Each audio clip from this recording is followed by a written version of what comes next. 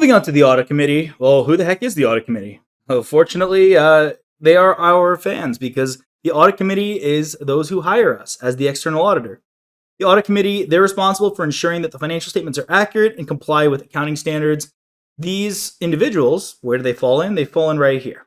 This is the Audit Committee. Now, who constitutes the Audit Committee? It's members of the board committees of the board of directors. So shareholders own the company. These are the owners. They elect the board of directors. Then the board of directors assigns the general manager, CEOs, senior management, CFO, CIO, all those C-suite individuals.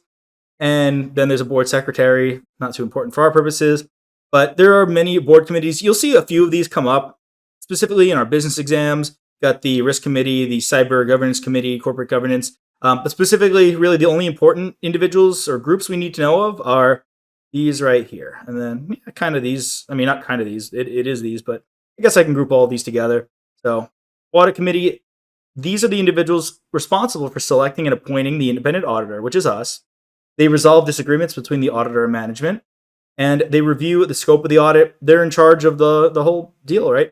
Generally, how I like to describe the situation is the board of directors oversees the longevity, the strategy, the overall multi-year plan of the company, whereas senior management oversees it year to year. Some schools have a principal and a president, and the principal deals with the day-to-day. That's kind of like senior management, whereas the president oversees the multi-year plan.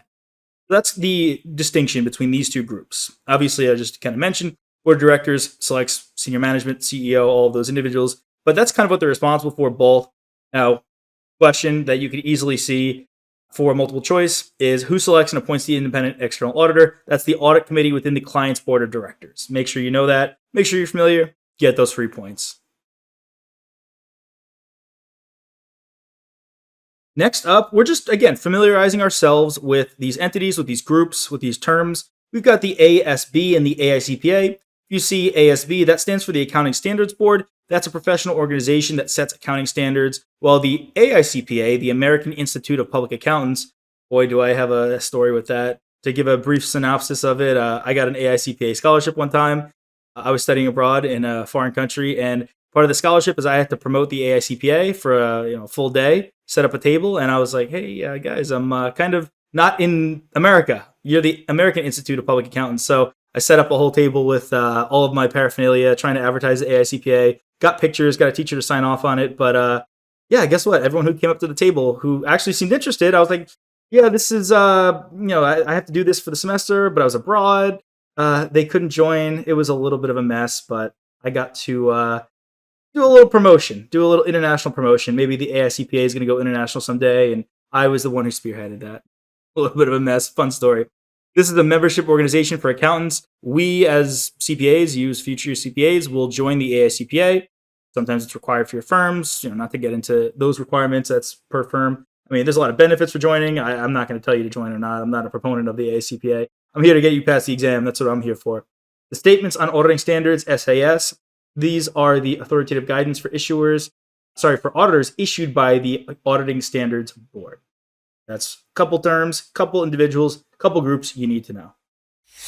Hey there! Are you ready to not only pass your CPA exams, but truly understand and enjoy the material while studying? I know it seems impossible, right? Especially to enjoy the material?